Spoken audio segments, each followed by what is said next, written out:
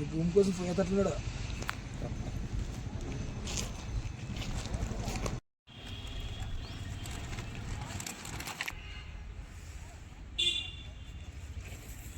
ఇట్లా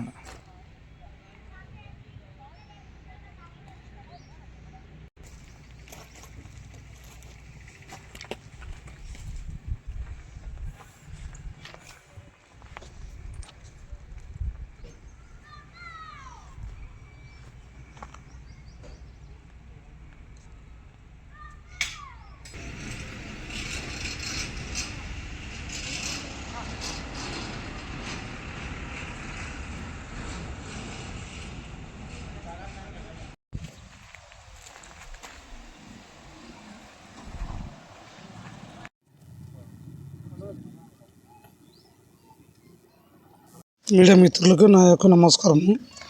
315 survey number మీద దీక్ష కూర్చున్నాం సార్. మేము ఇక్కడ ఇంతవరకు కబ్జా చేసినారు సార్. ఇక్కడ వైసీపీ గవర్నమెంట్లో 2019లో దేవాలయం భూమి కబ్జా చేసినారు సార్.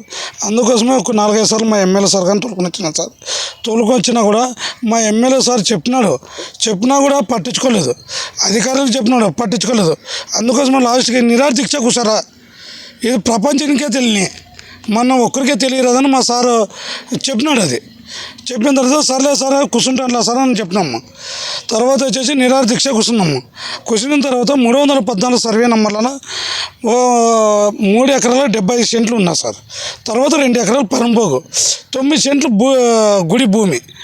గుడి భూమిలో వచ్చేసి కబ్జా గురైంది. డీటెయిల్ ఇది కంట్లకి ఎదురు కన్వర్ట్ చేశారు సార్. 9 సెంట్లు కబ్జా చేసినారు. ఆ 9 సెంట్లు తీసేయండి అంటే పట్టించుకోలేదు ఇంతవరకు. సరే అనుకేసి నన్ను నిరాహార దీక్ష కూర్చుంటుంది సార్. కూర్చున్న తర్వాత వచ్చేసి ఇంకా మిగిలింది వచ్చేసి 5 ఎకరాల 75 సెంట్లు సార్. 5 ఎకరాల 75 సెంట్లను వచ్చేసి 2.5 ఎకరాలు ఆయన పేరు మీద ఉంది సార్. ఇంకా మిగతాది 2 ఎకరాల 25 సెంట్లు సార్ మొత్తం ఆక్రమించుకున్నారు సార్. అది పేదవాళ్ళు చెందాలని నా నిర్ణయం. లేదంటే గవర్నమెంట్కి స్కూలే లేదు. ఈ 4 అవుట్లలో కలిసి గవర్నమెంట్కి స్కూలే లేదు. ఈ 4 ఏరియాలు కలిసి ఒక స్కూల్ కన్నా గవర్నమెంట్ ఏం ఉపయోగిస్తే అదే చేయండి సార్. అది ఇంకో వచ్చేసి సార్ ఈ హాస్టలు. తర్వాత వచ్చేసి సార్ నేను ఆయన ఏమన్నాడంటే పిఎస్ రఘునాథ్ కబ్జా గురువు ఆయన నన్ను ఎక్కడైనా కబ్జా చేసింటే మీడియం మీద చెప్పినాడు సార్. నన్ను ఎక్కడైనా కబ్జా చేసింటే మొత్తం 2 ఎకరాల 70 సెంట్లు గుడికి రాస్తానన్నాడు సార్. వీడియోలోగానే వచ్చింది సార్. అది సరే నువ్వు కబ్జా చేయలే కదా, నీ కనలేదు, నీవే కదా కబ్జా చేసింది గుడి జాగా. నీ కనలేదు, నీ ఇల్లు నీవే కదా కబ్జా చేసింది. అది 2 పేపర్లు తీసుకుందా. నువ్వు కబ్జా చేయాలంటావు కదా, గుడికి ఎట్లా రాసిత్తు. నువ్వు వాడి జీబీ తీసుకుందా నా దగ్గరికి. ఆడి ఆడో ఉండి ఎంఆర్ఎఫ్తో ఉండి నన్ను కబ్జా చేయలేదు ఫీల్డ్లోకి రా. నువ్వు కబ్జా చేయాలంటే ఈడే నువ్వు కనలేదు అందరూ 10 మంది అధికారులు పట్టుకుందా. కబ్జా లేదు ఇదంటేనా అప్పుడు నువ్వు ఏం నిర్ణయం తీసుకుంటే తీసుకో. 2 ఎకరాల 70 సెంట్లు గుడికి రాస్తానన్నావు. నువ్వు ఆ కట్టుబడి మాట మీద ఉండు. ఇది నా నిర్ణయం సార్. ఎస్సీ మోక్ష చెప్పండి సార్. ఇప్పుడు ఇంత మీరు కావాలని చేస్తున్నారు, మీరు బీజేపీ నాయకులు కావాలని మీదే చేయిస్తున్నారని కొంతమంది ఆరోపిస్తున్నారు సార్. మా బీజేపీలోని సిద్ధాంతం ఏముండో తెలుసు సార్. ఉపవాసం ఉండగానే పని చేయాలని సిద్ధాంతం ఉంది సార్. ఎక్కడైతే సార్ ఇప్పుడు నువ్వు అడుగుతుగా సార్. ఇప్పుడు ఇందాక ఒక 15 ఏళ్ళు గవర్నమెంట్ చేసింది సార్. వైసీపీ గవర్నమెంట్ చేసింది. ఆ 15 ఏళ్ళని ఎక్కడైనా భూ కబ్జాలు వచ్చింది సార్. సింపుల్ ఒకటే ఉదాహరణ సార్. ఇప్పుడు భూ కబ్జాల గురించి పెడుతున్నాడు సారు. మొత్తం టోటల్ 22 ఎకరాలు 6 ఎకరాలు తీసే వైసీపీ కబ్జా చేయలేదు కాబట్టి రాలేదు సార్. ఇప్పుడు ఎందుకు వస్తుంది సార్ ఇవన్నీ కబ్జా ఎక్కడ చూస్తామంటే కబ్జా అని డైలీ పేపర్కి వస్తా కదా సార్, మీడియాలకు వస్తుండే కదా సార్. ఇప్పుడు మీ మీడియాలకు వస్తుండే కదా సార్. ఆరోపణ కదా సార్. మన కంచిపాతి కదా సార్ మా సారు ఎమ్మెల్యే సారు ఆడ కొండ దగ్గర అది మా కూటుమల్ది కానీ సలీం కానీ పెరుగు కదా సార్. మీ ఎదురుగా కదా సార్. ఎవరిది తెలియదు లేదు, పిల్ల లేదు, ఎవరిది లేదు. ప్రభుత్వ భూమి ప్రభుత్వం చెందాలని అని సిద్ధాంతం అట్లా మా బీజేపీలో నేర్పించిన సిద్ధాంతం సార్. అది మాకు ఇప్పుడు వచ్చింది కాదు, కొన్ని ఏళ్ళ నుండే వచ్చిన సిద్ధాంతం ఇది. బీజేపీ వాళ్ళక నానబోతా నా తెల్ల కూర్చుంటాడు, నా పిల్ల కూర్చుంటాడు సిద్ధాంతం మా బీజేపీలో లేదు సార్. అది ఇది మీరు అధికారులకు అయితే చెప్పినారు, చెప్పినాం సార్, పేపర్లుగానే ఉన్నాం సార్. మీకు ఏమైనా స్పందించినారు? అధికారులు చూస్తాము అంటే ఇలా ఎన్ని రోజులు చెప్తున్నారు సార్? ఇప్పుడు 2024 నుండి చెప్తున్నాం సార్. 24 నుండి సుమారు ఒక 10 అర్జీలు ఇచ్చినాం సార్. ఒక ఎంఆర్ ఆఫీస్కి ఇచ్చినాను, ఒక కలెక్టర్ ఆఫీస్కి ఇచ్చినాను.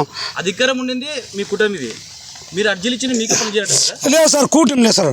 ఫస్ట్ వచ్చేసి కూటమి లేకున్నప్పుడు ఫస్ట్ వైఎస్ఆర్లోన అర్జీ ఇచ్చినాం సార్ 2024లో.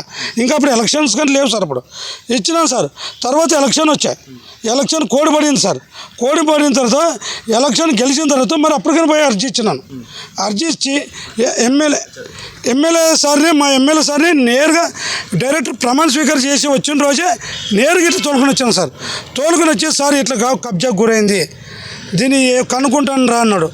అంటే ఇంకా ఆయన కానీ కొత్త కదా సార్, అప్పుడు తెలియదు దానికోసం కనుక్కుంటాను రా అన్నాడు. సరే అన్నాం. తర్వాత ఒక 5 నెలలు అయిన తర్వాత మరొకసారి పిల్లంచినాం సార్. శివాలయం పూజ ఉంటే పిల్లంచినాం సార్. సార్ ఇది పరిస్థితి ఇంతవరకు ఆయన అన్నాడు సార్. ఏం రా ఇంతవరకు తీసినారా అన్నాడు. అన్న తర్వాత అవసరం తీయలేదు సార్ అన్న తర్వాత అప్పుడు వాడిని పిలిచినాడు. ఏం పేపర్లు ఉంటే కంద అన్నాడు.